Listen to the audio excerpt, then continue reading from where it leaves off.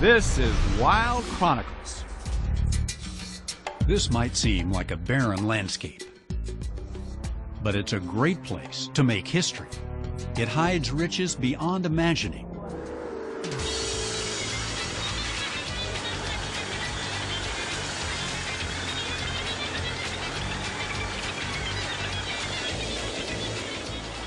This is Ethiopia's Rift Valley. And this is Zerai Alamzeged, a local, one of the emerging generation of Ethiopian paleoanthropologists. Yeah, it's fun. Sometimes hot, so it's tiring, but it's really fun. Particularly if you're finding stuff, you forget all about the temperature.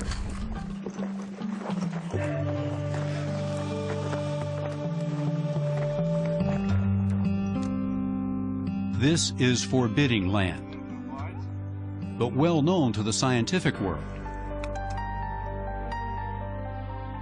One of the most famous sets of fossils ever discovered was found just across this valley.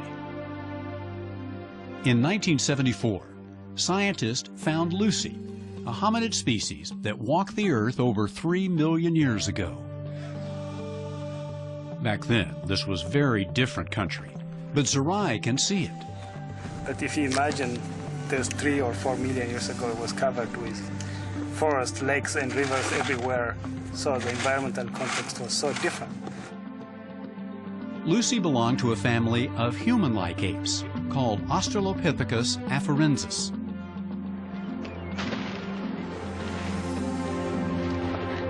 Lucy's body, brain, and skull were very similar to a chimpanzee's.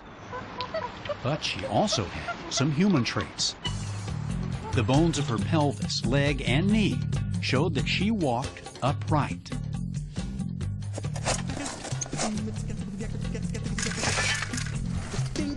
There are bones all over this valley. That's why Zerai has been coming here for nearly a decade. But in 2000, he found what he had been looking for: bones. A nearly complete skull. Tiny, no bigger than a softball. We're just walking by, surveying, and we spotted it right at this place, and it was visible. We used brushes to clean it off, and it probably comes from that cliff of sand you see just in front of me. Zerai soon realized he had hit pay dirt. We were very excited, and we were really impressed about its completeness, because you normally found these fossils and they're fragments of bones or skull, but finding the endocuss, the mandible, and at least 14 vertebrae were really impressive. Zerai had the skull of an Australopithecus like Lucy, as complete a set as anyone has ever found. But there was more. Zerai soon realized that it wasn't just the completeness of the body that was surprising, but the age as well. It's the earliest and the most complete child ever found. Most of the fossils we found are adult specimens, but this one is a juvenile, a young individual, and it will give us new insights into how these babies look like 3.4 million years ago. A baby, a 3-year-old baby. And here she is. This little girl was still nursing when she died.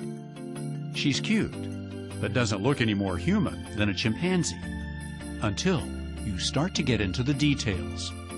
Chris Sloan wrote the story of this little baby for National Geographic magazine. He calls it Lucy's Child. Now, from the waist down, the Dikika baby is like other Australopithecus afarensis specimens, quite like us. Zerai is still coming to the site, and he continues to find new fossils. Today, he finds a piece of bone that could be a part of his baby's pelvis. And we have over 50 bags of fragments, pieces of bone, which were recovered from this hillside. So, since the other piece, which might join this piece, could be in one of those bags, So you go back to camp at noon and then go through all the bags and find a match for the piece we just found. This is why this job gets a bad name. It's grueling work, collecting the loose dirt, sifting, and then examining the tiny pieces of rock one by one.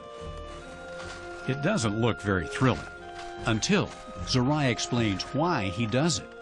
Nothing can be more exciting than trying to understand where your ancestors were living and which kind of animals were associated with. So in short, it's in search of our past, our origins, and I think it's worth doing and it's exciting. And it's hard not to get excited along with him when you see this little baby. The questions are inevitable. Did her mother grieve for her when she died? Did she hold her baby like we hold ours, or sing to it? Did she love it? Zerai doesn't have any answers, but he'll keep looking. Check for Wild Chronicles on your local PBS station. Sponsored by National Geographic Mission Programs, taking science and exploration into the new millennium.